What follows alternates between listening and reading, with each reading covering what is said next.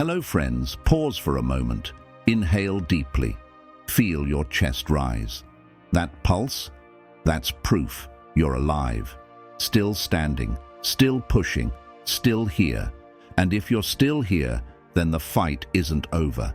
Not by a long shot, not ever. You didn't click on this video by chance. Something drew you in. Maybe you're not even sure what it was.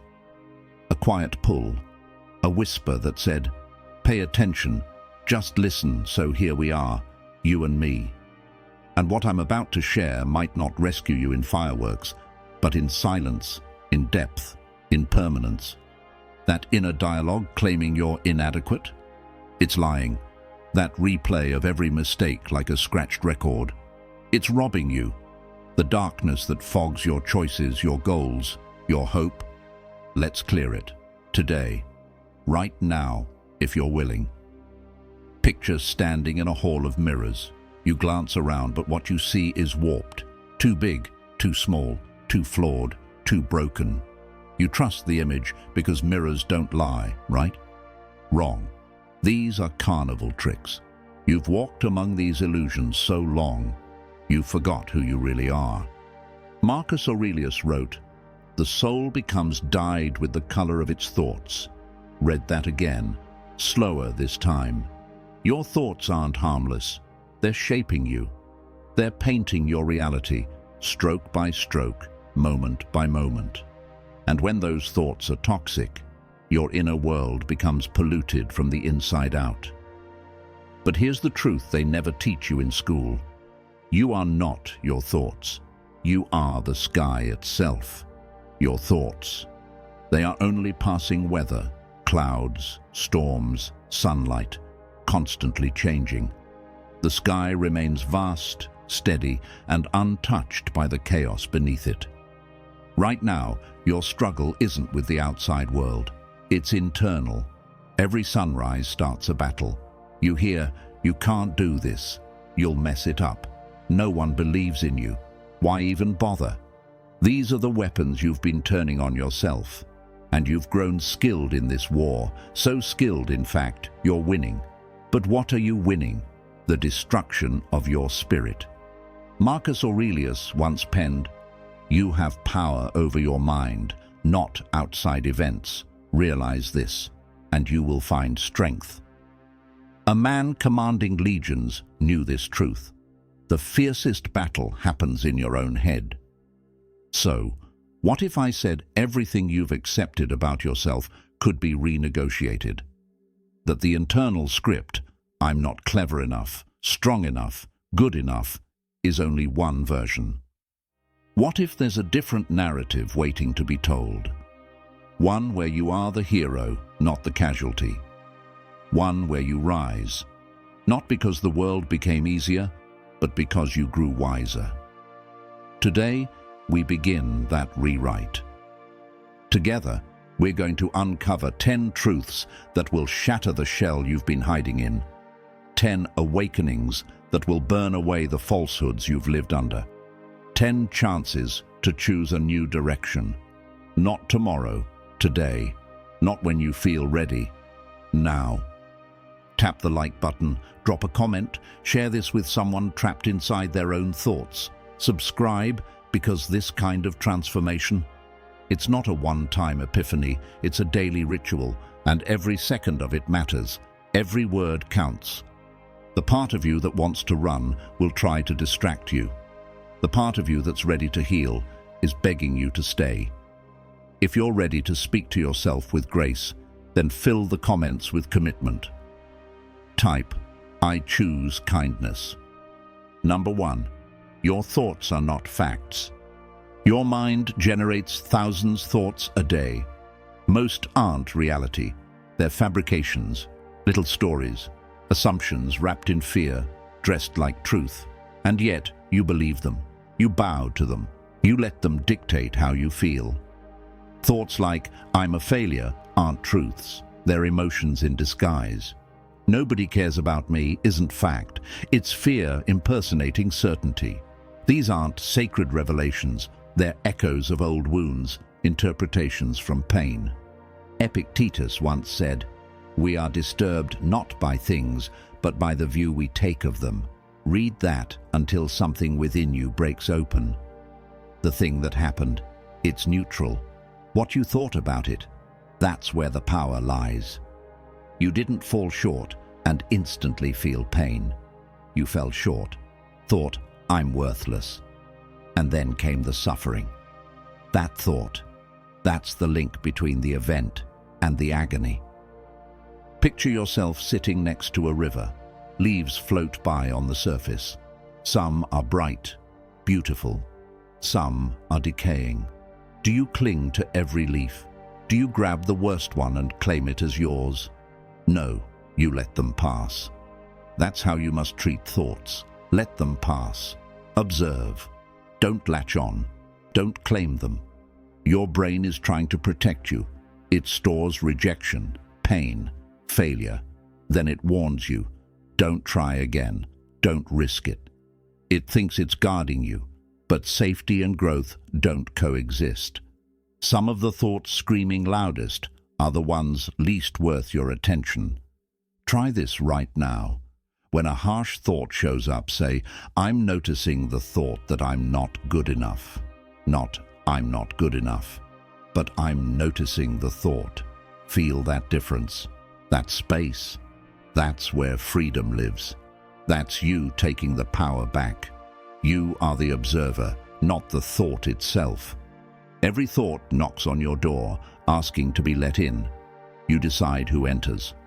When fear shows up, say, thank you for your concern, but not today. Close the door, kindly and firmly.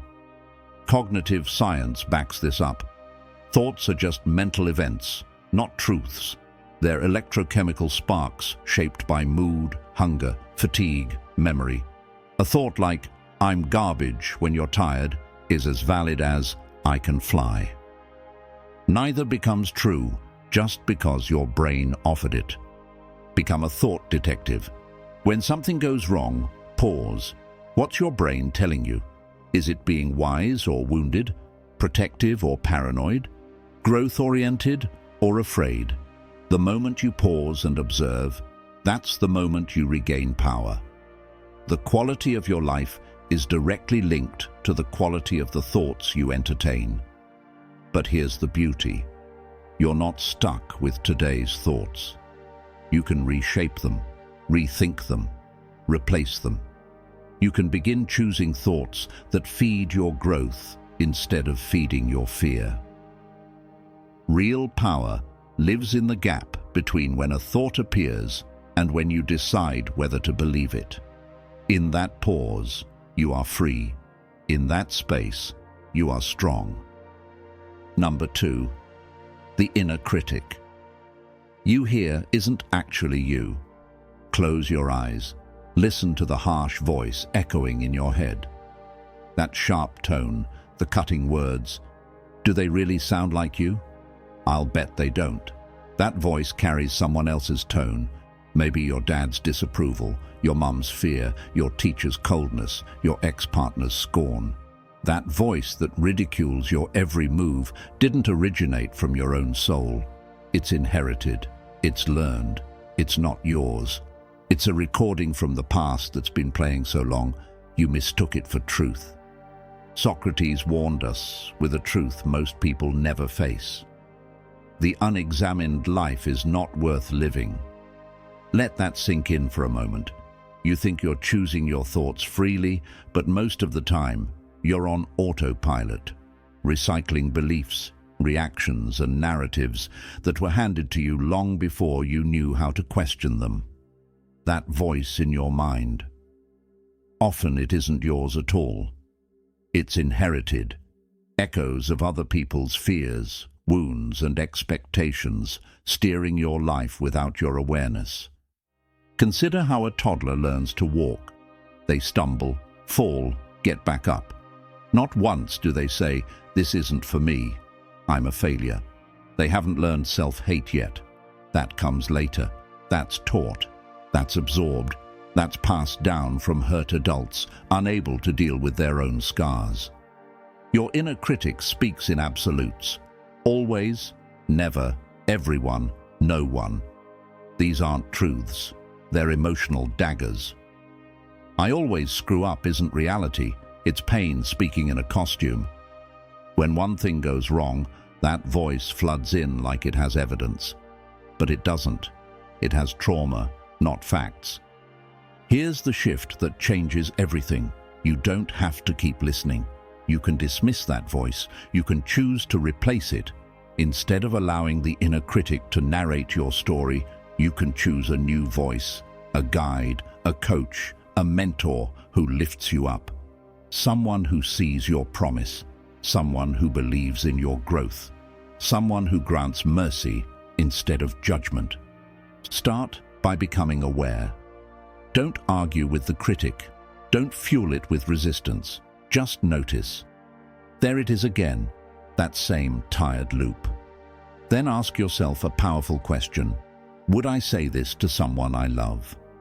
If the answer is no, then why allow it toward yourself? Trade criticism for curiosity. Not, why am I so stupid? But, what can I learn here? Not, I'm such a mess. But, I'm navigating something hard, and that's okay. The words you use shape the world you inhabit. They determine if you feel crushed or capable. In Buddhism, there's a practice called loving-kindness meditation. It starts with you. Not because that's selfish, but because you can't pour compassion into others if your own cup is dry. You can't offer grace to the world while choking yourself with judgment. When you speak gently to yourself, that tenderness spills into everything around you. This week, try something bold. When you mess up, pause, inhale, say aloud, I'm learning. I'm allowed to make mistakes. I'm still growing. It might feel fake at first. Say it anyway. Repetition builds belief.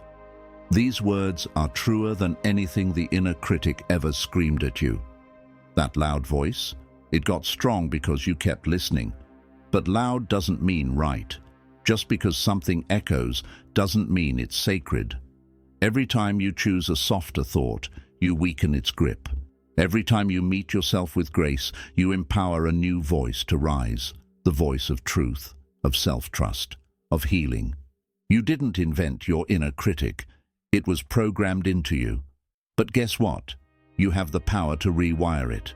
You can install a new voice, a wiser one, a kinder one, a voice that speaks life into your spirit instead of dragging you into shame. If you're ready to adopt that new voice today, go to the comments and write, I speak to myself with love. Number 3, comparison is robbing you of peace. You're scrolling, tap after tap, swipe after swipe. And what do you see? Everyone else seems to be winning. They shine, they glow. Their lives look effortless. Their bodies are flawless. Their careers are skyrocketing. Their love stories are picture perfect. And you feel like you're fading, falling behind. Not enough. That's the trap. That's the theft. Comparison doesn't just take your joy. It hijacks your presence. It makes you blind to your own milestones, numb to your own blessings. It convinces you your life is lacking simply because someone else's highlight reel seems more polished than your reality. Søren Kierkegaard once wrote, "The most painful state of being is remembering the future, particularly the one you'll never have." And that's exactly what comparison does. It doesn't just steal your joy, it steals your presence. It anchors your attention to someone else's timeline, and suddenly your own progress feels meaningless. You start to resent your chapter 6 because someone else seems to be thriving in chapter 25. You're watching the celebration, not the struggle. Their beach vacation, but not the debt behind it. Their promotion, but not the sleepless nights. Their smile, but not the private tears. You see their summit and forget that every mountaintop was earned through scraped knees, bruised pride, and relentless climbing. Social media has become the fuel. a continuous loop of curated perfection, a gallery of filtered moments designed to look spontaneous. But it's not real. It's staged. It's selective. It's a gallery of moments that cost more than they show. But even before the internet, this tendency lived in us. Humans are wired to look around and assess. It's not the glance that hurts. It's the fixation. The moment you treat someone else's path as a measuring stick for your worth, you've already lost. When you turn their success into proof of your failure, you shrink your own power. Here's the truth. No one on this earth shares your exact makeup, your scars, your dreams, your history, your gifts.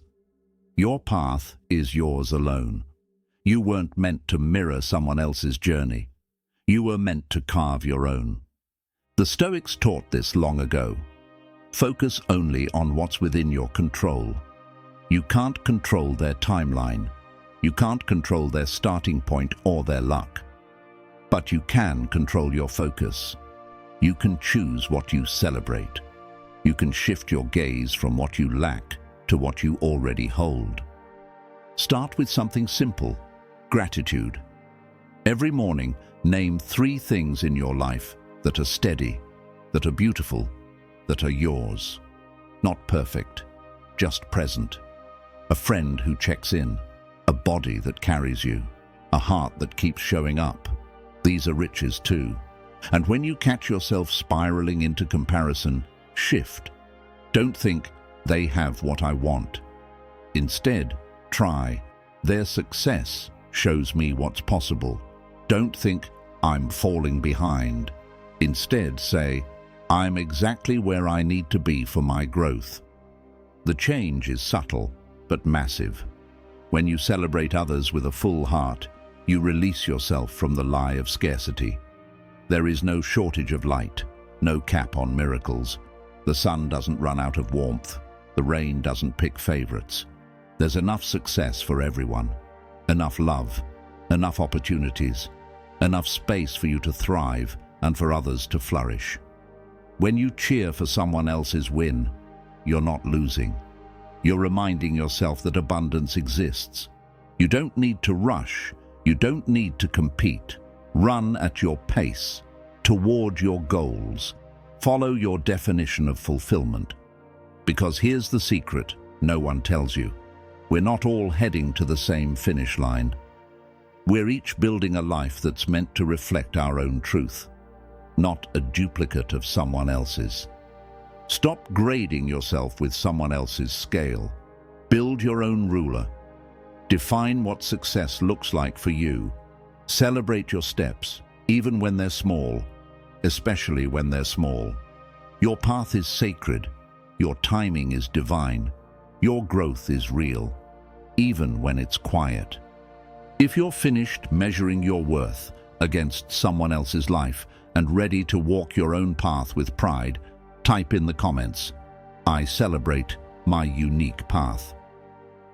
Number 4, your mistakes are not who you are. Maybe it happened last week, maybe years ago, but you still carry it. The moment you got it wrong, the decision you wish you could undo, the thing you said or didn't say, you replay it on loop. You wear it like a badge of shame. You let one moment, one misstep, one chapter label your entire story. But here's a truth that can set you free. Mistakes are events. They are not identities. You experienced a failure, but you are not a failure. You went through a setback, but you are not broken. You hit a wall, but that wall doesn't define your worth. Thomas Edison once said, I haven't failed. I've just found 10,000 ways that won't work. He understood something essential. Every misfire is proof that you tried, that you showed up, that you took the risk. You didn't mess up your life. You hit a bump in the road. A moment didn't go your way. That's it. The moment is real, but it isn't who you are. The danger comes when you confuse what happened with who you are. Shame says, I am bad. Guilt says, I did something bad. One becomes your identity. The other is a signal for growth. One locks you in a cage. the other hands you a key. Here's the catch. Your brain is hardwired to focus on failure. It holds on to danger, to pain, to rejection, because once upon a time that kept our ancestors alive. But now, that instinct causes you to dwell on the worst version of yourself. It magnifies your stumbles and mutes your wins. It tricks you into forgetting your triumphs, into defining yourself by your darkest hour instead of your highest potential. Now ask yourself this. When someone you love makes a mistake, do you reduce them to that one moment? Do you hold it against them forever? Of course not. You see the bigger picture. You see their heart. You know they're more than what went wrong. So why not offer yourself the same compassion? Every person you admire has stumbled. Every leader has failed. Every icon has been humbled. But what separates them isn't perfection. It's persistence. They got back up. They learned. They changed direction. They used the setback as a stepping stone. Mistakes are feedback. They're teachers.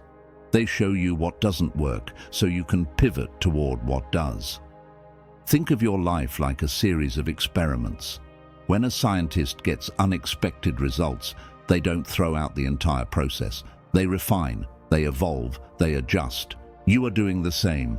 Stop punishing yourself for being human.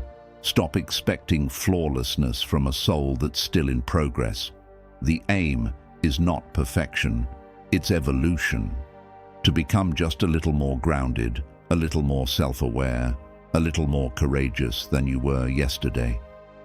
Forgive yourself, not because what happened didn't matter, but because dragging your past into every future step only slows your growth. Forgiveness doesn't erase the memory. It removes the chains. Start by shifting your internal dialogue. Don't say, "I ruin everything." Say, "That didn't go the way I hoped, but I'm learning." Don't say, "I'm such an idiot." Say, "I made a call that didn't work, and now I know more." The way you speak to yourself determines whether you spiral or evolve. You are not defined by what you regret. You are not your lowest point. You are not the sum of your worst decisions. You are a person in motion, a person learning, a person growing. And yes, you are worthy of forgiveness, worthy of healing, worthy of getting up and starting fresh, no matter how many times it takes. If you're ready to stop carrying the weight of your past and start carrying the wisdom, type in the comments, "I am more than my mistakes." Number 5. You don't need anyone's approval to begin again. There's something on your heart, a shift you feel inside, a change you want to make, a chapter you're longing to end, or one you desperately want to start. But you haven't moved. You're stuck waiting for that green light, waiting for the right conditions, waiting for someone to say, "Now's the time." You're allowed. But here's the truth. That permission slip you're waiting for, no one's going to hand it to you. You have to sign it yourself. The authority to start over has always belonged to you. Marcus Aurelius once asked himself, "You could leave life right now." Let that determine what you do, say, and think, not what others want from you, not what the world pressures you to become. You. What will you choose to do with this one fragile, fleeting existence? This life is yours. Every decision, every detour, every fresh beginning. You don't need to wait for a Monday. You don't need to mark it on January 1st. You don't need to feel perfectly ready, because you probably never will. Growth is uncomfortable. Change rarely comes when everything feels safe. The perfect time isn't coming. The only time you truly own is this one, this breath, this moment. Maybe you're thinking, "But I've already tried and failed." Good. That means you're courageous. That means you've gained data, learned what doesn't work. Every ending is a message in disguise, pointing you to something better, something truer, something more aligned. The world loves timelines. Graduate by 20-something, settle down by 30, achieve this, become that, all by some invisible deadline. But life isn't a conveyor belt. It's not linear. You can chase new dreams at 40, start over at 50, reinvent everything at 60. Age is a number. Fear is the real cage. You are allowed to change direction, to desire different things than you did 5 years ago. You're allowed to shed identities that no longer fit and pursue desires that ignite your soul today. That's not betrayal. That's becoming. There's a Japanese concept called Kaizen, constant improvement through small, daily steps. You don't have to burn your life down or leap off a cliff. You just have to move, gently, intentionally, forward. One small shift today, one decision, one new thought. Then tomorrow, another. That's how mountains move. What's holding you back isn't your ability. It's the story you keep reciting. I'm too late. I'm too inexperienced. I'm too tired. People will talk. I'll mess it up again. Those are not brick walls, they're fences. And fences can be climbed. Choosing to begin again doesn't erase what came before. It honors it. Every version of you brought something to the table. Every fall toughened your skin. Every setback handed you a lesson. You're not discarding your past. You're building with it. So allow yourself to be a beginner again, to be a little uncertain, a little shaky, a little messy. Every expert once fumbled through their first step.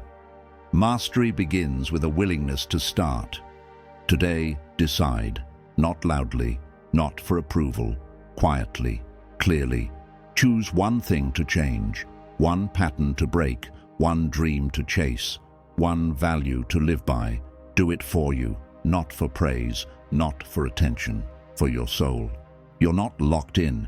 You're not buried in what's behind you. Every breath you take is a chance to pivot, to rise, to choose again. The key? It's been in your hand the whole time. Use it. Stop waiting for a nod from people who don't carry your vision. Stop holding your future hostage to opinions that don't understand your calling. Stop mistaking fear for wisdom. Start now. Start imperfect. Start before you feel prepared.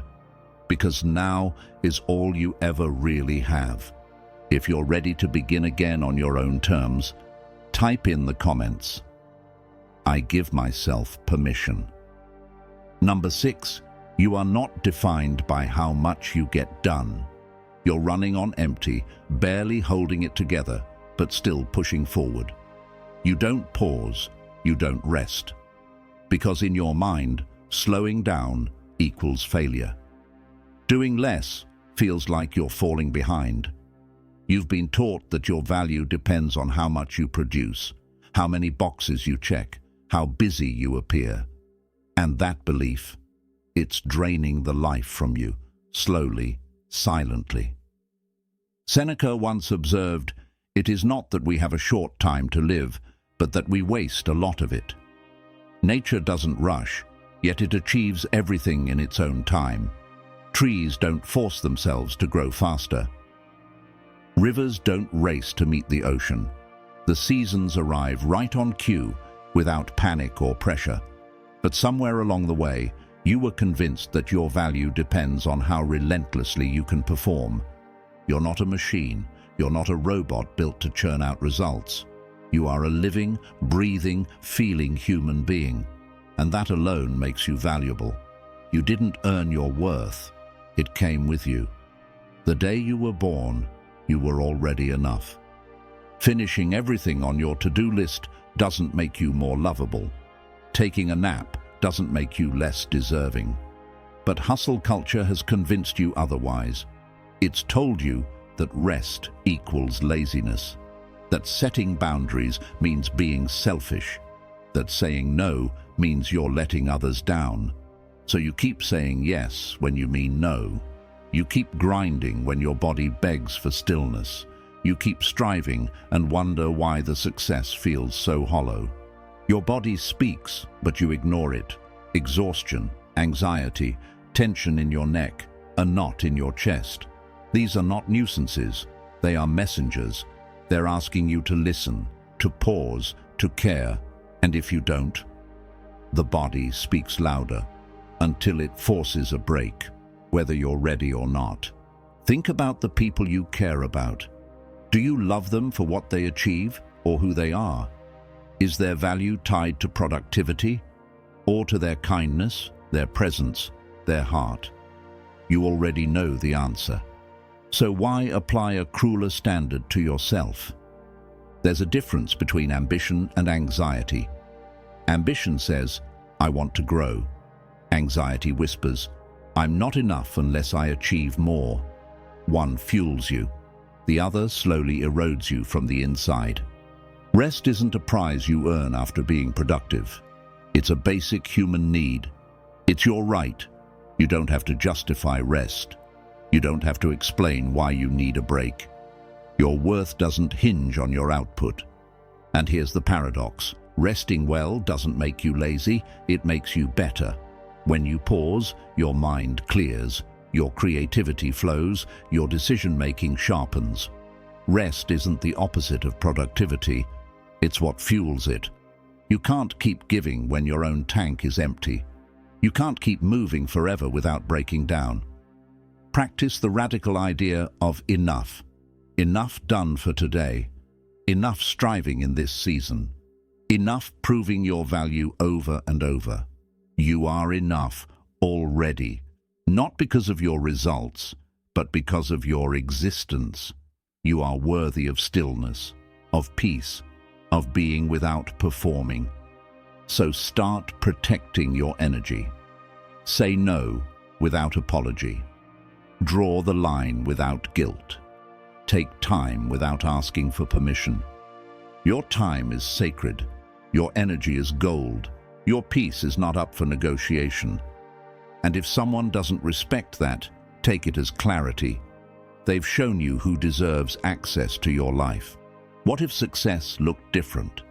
What if it wasn't about how much you did, but how present you felt? What if it wasn't about being busy, but being centered? What if it wasn't about outer validation, but inner alignment? You don't have to chase everything. You just need to honor what matters. Let go of the rest. You are enough right now, not when the list is done, not when the goal is hit, not after you prove yourself again. Right now, as you are. If you're ready to embrace rest without shame, type in the comments, I am enough without the hustle. Number 7. Healing doesn't follow a straight line. You thought things were getting better.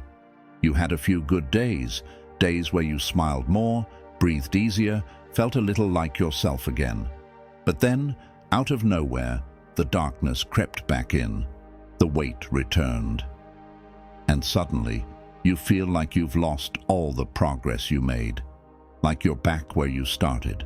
Like you failed. But you didn't. Healing doesn't move in a straight line. It loops, it dips, it climbs, it circles back. And that doesn't mean you're broken. It means you're human. That's how healing works. Viktor Frankl once wrote, "When we are no longer able to change a situation, we are challenged to change ourselves." Healing isn't about pretending the past didn't happen. It's about folding it into your strength. It's returning to old wounds with new eyes, deeper insight, and steadier hands. Each time you revisit the pain, you don't meet it as the same person. You meet it with more wisdom, more compassion, and more inner power than before. Visualize your healing like a spiral staircase. You revisit the same spot again and again, but not from the same level. Each time, you're higher. Each loop carries more insight, more awareness, more resilience. Just because it feels familiar doesn't mean you're stuck. You're not at the same place. You're standing taller this time. A rough day doesn't erase the good ones that came before. One hard moment doesn't cancel the healing you've done. A relapse in emotion doesn't mean your growth was fake. You're not starting over. You're progressing, with old feelings reappearing in a new season. Your triggers? They might still sting. The grief? It might still echo. The pain? It might revisit. But now you know it. You recognize it. You've met it before and survived. And you'll do it again. Every time you face what hurt you, you're retraining your brain. Every time you choose not to run, you build new pathways. Every time you soften into healing instead of hardening into shame, you evolve. Stop looking at someone else's healing timeline and thinking it should match yours. Pain doesn't run on a clock. It has no expiry date. Some wounds take years, some never fully disappear, but they get easier to carry.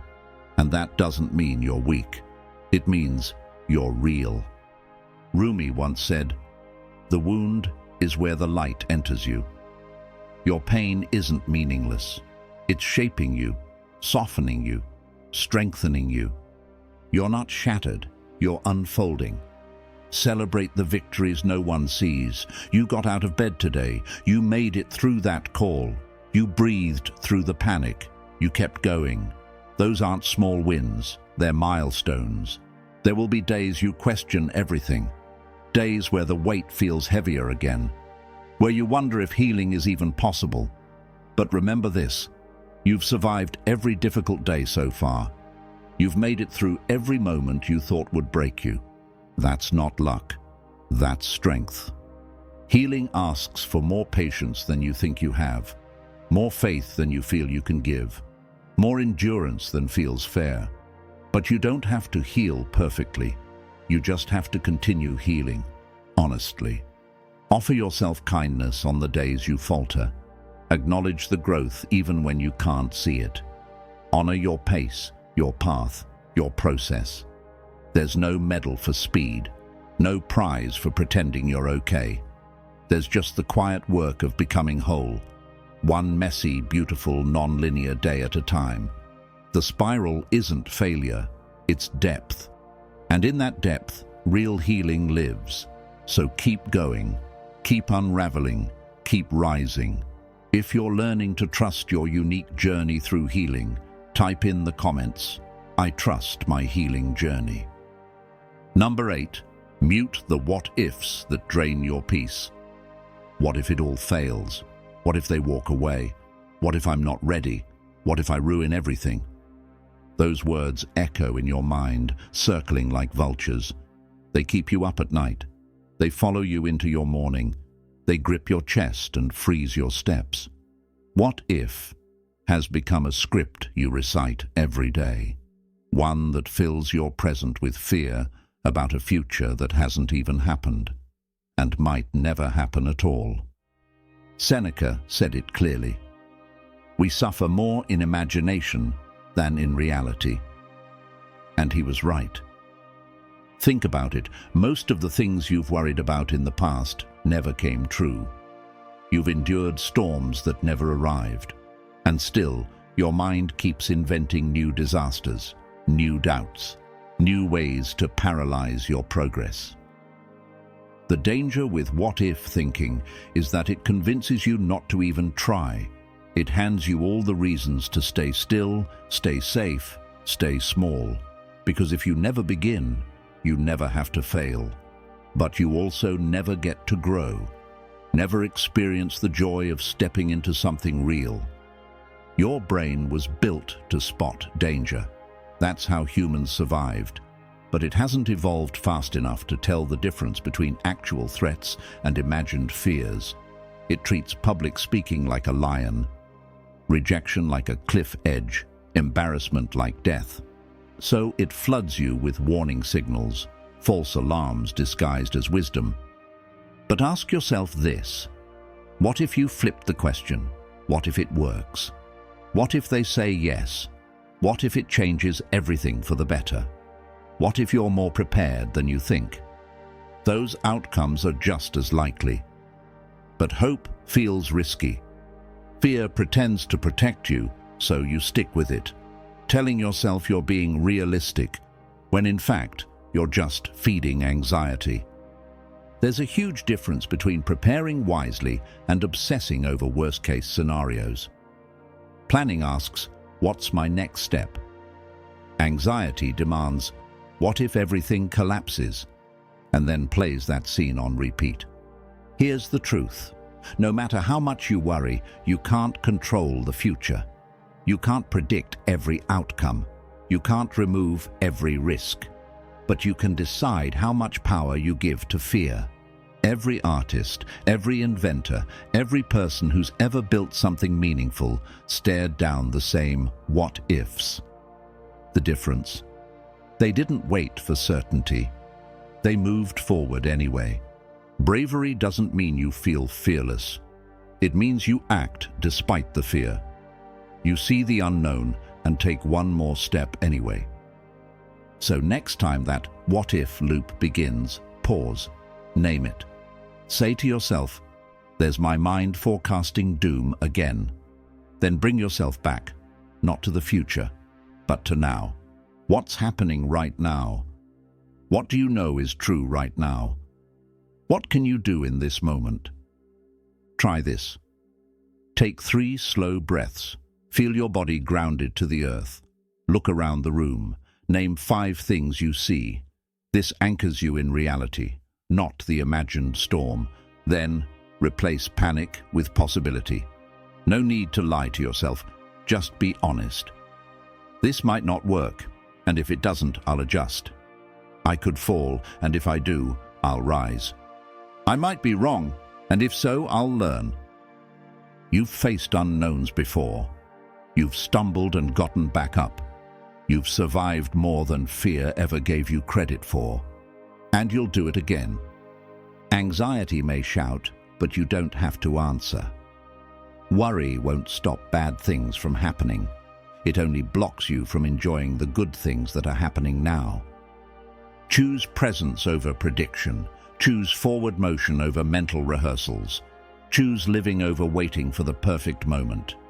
If you're ready to reclaim your peace from the grip of fear, type in the comments, I release the what-ifs. Number 9. You have the right to evolve beyond people and places. Some people in your life only know the old version of you. The quiet one, the agreeable one, the one who kept the peace, shrank to fit, settled for less. And now, you're changing, expanding, becoming someone new. And they don't know what to do with that. It makes them uncomfortable. So they question you, guilt trip you, tell you you've changed, like it's an accusation. And maybe you feel bad. Maybe part of you wonders if growing means abandoning them. But it doesn't. Growth is not betrayal. Heraclitus once said, no person ever steps in the same river twice, for it's not the same river and they're not the same person. Change is life. Movement is nature. Outgrowing things is part of becoming more fully yourself. The truth is, not every connection will make the journey with you. Some relationships are designed for a chapter, not a lifetime. Some friendships serve who you were, not who you're becoming. That doesn't make them fake. It just means the path is diverging. You've grown, your desires shifted, your values deepened. What once felt like home may now feel restrictive. What once gave you joy may now feel hollow. And that's okay. You're not being disloyal by choosing what aligns with your soul.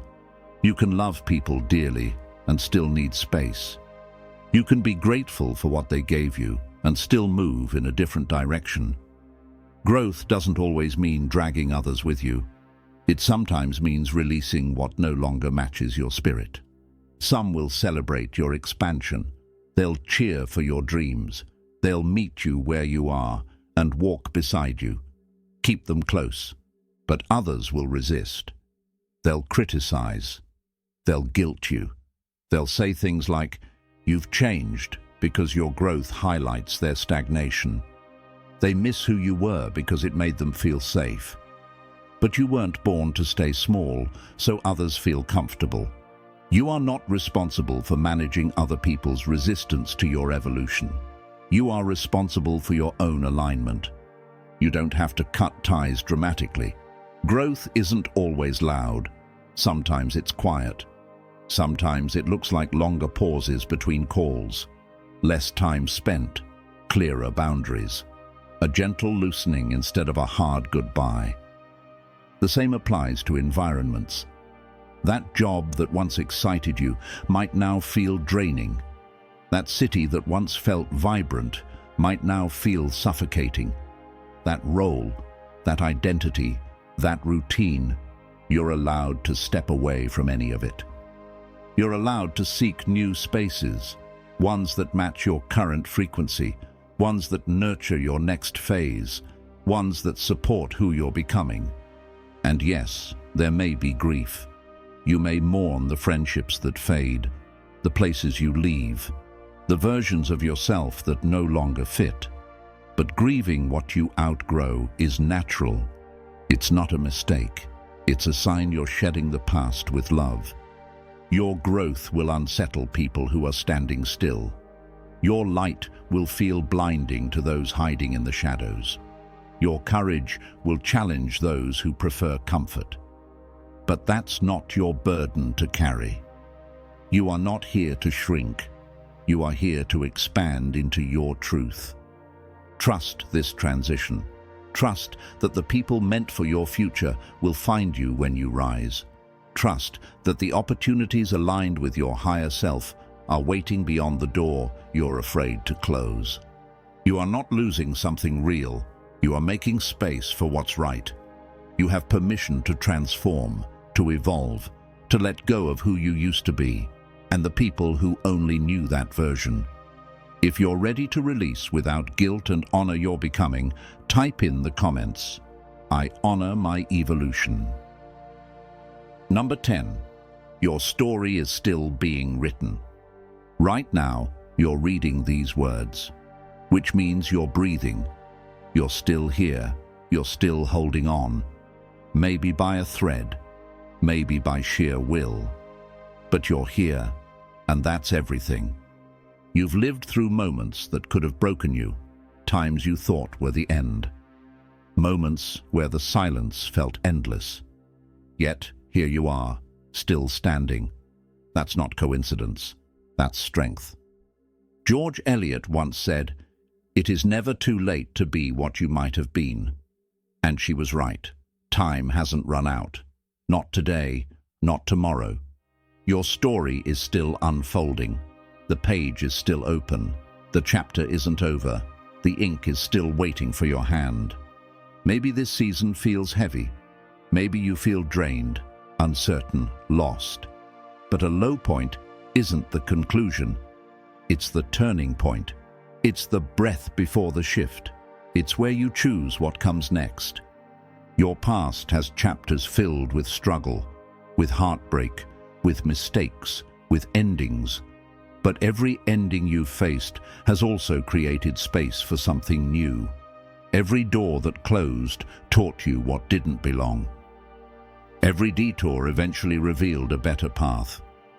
In the moment, you couldn't see it. But looking back, the pattern is clear. Loss made way for clarity. Pain pushed you toward truth. What felt like collapse was actually redirection. Your story isn't bound by your history. Your next chapter isn't dictated by your last. You get to decide what comes next. Yes, you've stumbled. Yes, you've failed. Yes, you've been wounded. But none of that erases your right to rise. Each morning is a fresh page. Each decision, a new sentence. The pen has always been in your hand.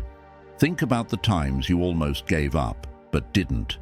Think of the moments when everything said quit, but something in you whispered, keep going. That inner voice? That's resilience. That's fire. Ernest Hemingway once wrote, "The world breaks everyone, and afterward, many are strong at the broken places."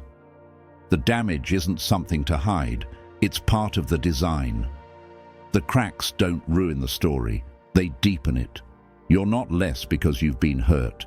You're more because you've endured, and you've grown stronger where you were once shattered. Your scars, proof that you healed. Your flaws, markers of where you grew. Your cracks, evidence of endurance. You don't need a roadmap. You don't need to know the full ending. You just need to take the next small step.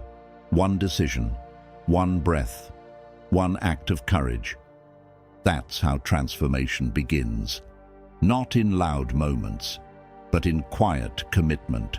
Don't wait for the perfect time. Don't wait for a sign. Don't wait until you feel ready. Start writing again today.